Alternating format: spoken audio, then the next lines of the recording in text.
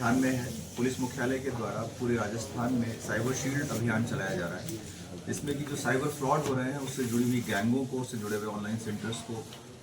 चिन्हित करके उनके विरुद्ध कार्रवाई करने की पूरी प्रक्रिया चल रही है। इस क्रम में पुलिस उपायुक्त जयपुर पश्चिम ने श्री अमित कुमार जी हमारे साथ में बैठे हुए हैं। इन्होंने बहुत डिटेल में स्टडी करके उनके क्षेत्र में जहाँ जहाँ पर इस तरह की गैंग्स ऑपरेट हो रही थी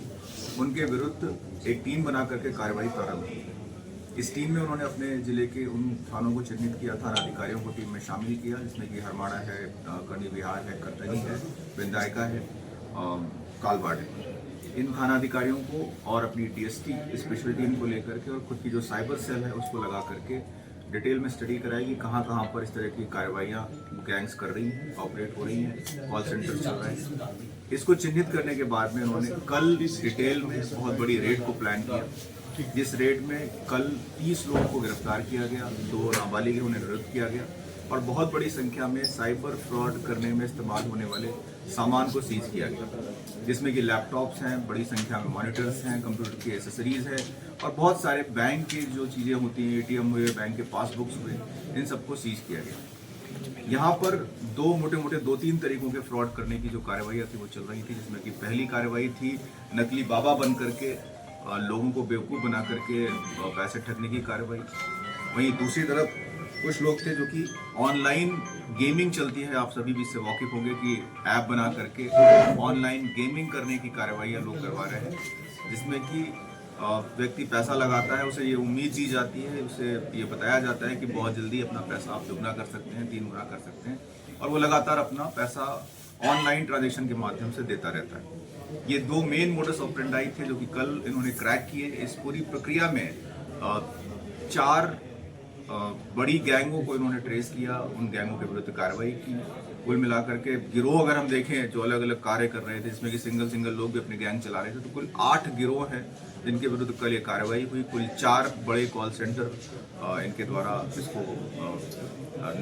खत्म किया गया, कॉल सेंटर्स के विरुद्ध कार्रवाई की गई। एक बहुत बड़ी उपलब्धि है, मैं बधाई भी देना चाहूँगा पुलिस उपायुक्त पश्चिम जो अमित कुमार जी, उनकी पूरी टीम है, उसको बधाई देना चाहूँगा। ये पूरी कार्रवाई जो है दिखाती है कि कितने बड़े पैमाने पर इस तरह के फ्रॉड चल रहे हैं और अगर कोई जिला चाहता है, कोई अधिकारी इसमें मेहनत से लगता है, तो बहुत बड़े लेवल पर कार्रवाइयाँ की जा सकती है। मैं चाहूँगा कि अमित कुमार हमारे साथ नहीं है, वो बाकी डिटेल आप सभी को शेयर करें। Thank you sir. बेसिकली ये जो कार्रवाई की गई सर, किस तरह से पुलिस प्लानिंग की गई, अलग-अलग जगह सर बूम को इधर और अलग-अलग सर गैंग है सर, पर्टिकुलर किस गैंग का क्या काम है ये हम सब जानते हैं। ये जैसा कि हमारा पुलिस मुख्यालय का अभियान चल रहा है साइबर शील्ड, इस अभियान के तहत ऐसे सारे फ्रॉड करने वाले लोग जो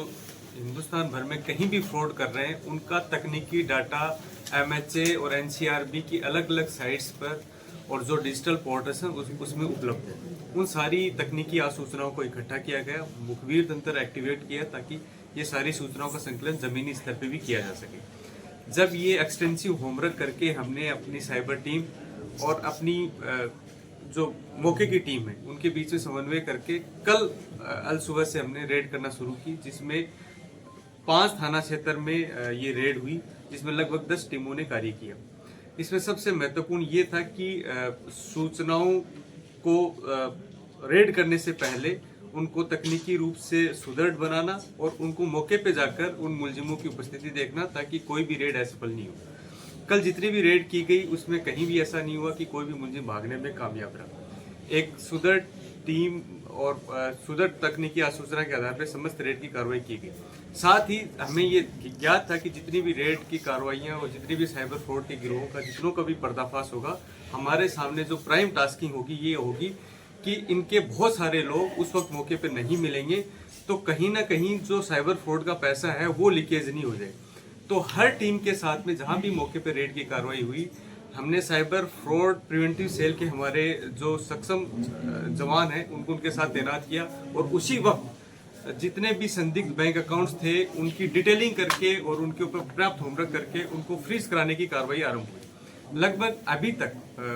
250 ऐसे संदिग्ध अकाउंटों की पहचान की जा चुकी है, जो आगे और अकाउंट्स की संख्या बड़ी मात्रा में सामने आने की संभावना है। रात भर में ही ये सारा होमवर्क करके लगभग 135 बैंक अकाउंट्स को हमने फ्रीज करा दिया। लगभग 64 यूपीआई वॉलेट्स को, अकाउंट्स को हमने फ्रीज करा दिया और 20 एटीएम ऐसे हैं जिनकी अमाउंट्स विद होल्ड कराई गई है। इसके साथ ही हमारे लगातार प्रयास जारी हैं कि इन अकाउंट्स से जो अन्य संदिग्ध अकाउंटों का लेन देन शुरू हो रहा है उनको भी हम फ्रीज करवाएं। सारे अकाउंट्स का अभी तक के आरंभिक अनुसंधान में जो संदिग्ध लेन देन और फ्रॉड की राशि जो अभी तक पाई गई है वो लगभग 30 करोड़ के आसपास अभी तक पाई गई है, जिसमें आगे अनुसंधान में ये रकम और ज्यादा बढ़ने की पूरी संभावना है।